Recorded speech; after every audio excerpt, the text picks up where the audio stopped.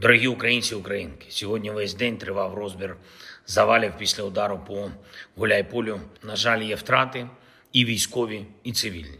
Загинув командир 110-ї окремої механізованої бригади, полковник Захаревич і інші хлопці з бригади.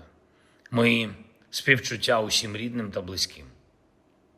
Триває повне розслідування обставин цього удару. Я чекаю на доповідь. Усім, хто був поранений, а це був ракетний удар, усім надають необхідну допомогу. Більш ніж 30 людей були поранені. Ми обов'язково відповімо росіянам на цей удар. Сьогодні було багато різних нарад, підготовчих нарад передусім. Ми готуємось до зустрічей в Європі, зокрема в Данії, і також з іншими нашими партнерами. Серед головних питань буде виробництво зброї, наші спільні інвестиції, наші спільні проекти. Сьогодні почалось нове головування в Раді ЄС, головування саме Данії.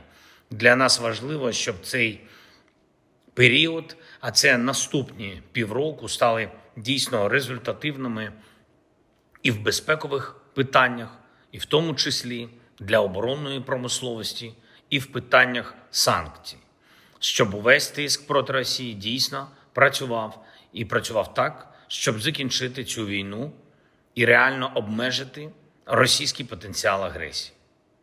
У нас є чітка інформація, і партнери це підтверджують, що санкції для Росії дійсно болісні. І якщо тиск ще збільшити, це буде спонукати Росію справді думати про щось ще, окрім фронту та ненависті до сусідів.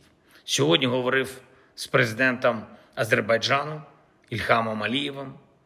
Я подякував йому за підтримку України, нашої незалежності, нашої територіальної цілісності, а також висловив Азербайджану повну нашу підтримку і солідарність. Зараз Росія розпалює нову кампанію ворожнечі проти сусідів, і після жорсткого вбивства в Росії 2 людей з азербайджанської громади ще й погрожує азербайджанській державі. Треба, щоб всі партнери однаково це сприймали.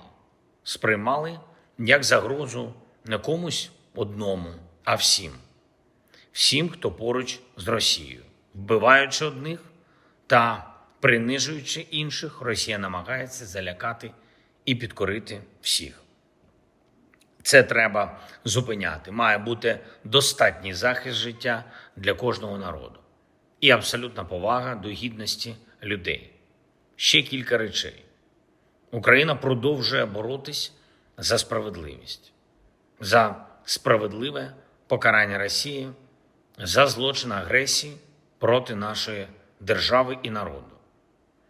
І за справедливу відповідальність всіх, хто обрав для себе особисто Росію, а не мирне і нормальне життя. Сьогодні я підписав документи, щоб направити на ратифікацію нашу угоду з Радою Європи про створення спеціального трибуналу щодо злочину агресії. Маємо абсолютно точно напрацювати таймінг, тобто терміни, коли всі процедурні рішення для запуску трибуналу будуть реалізовані. І коли фактично відбудеться запуск трибуналу. Я очікую доповідь з цього приводу від Міністерства закордонних справ України та юристів Офісу одразу після ратифікації угоди про трибунал. Також ми продовжуємо працювати і по українському санкційному напрямку. Незабаром будуть нові рішення Ради національної безпеки та оборони щодо санкцій. Вже готуються відповідні матеріали. Також я підписав сьогодні указ про відзначення наших воїнів державними нагородами.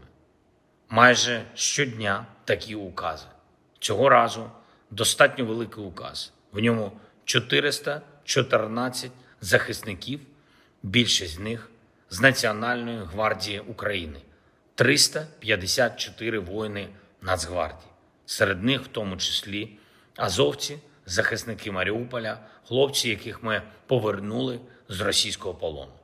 І працюємо, щоб звільнити всіх наших людей, кожного воїна, кожного цивільного, всіх дорослих та дітей, які ще утримуються в російській неволі. Я дякую всім, хто нам допомагає. Дякую всім нашим людям. Слава Україні!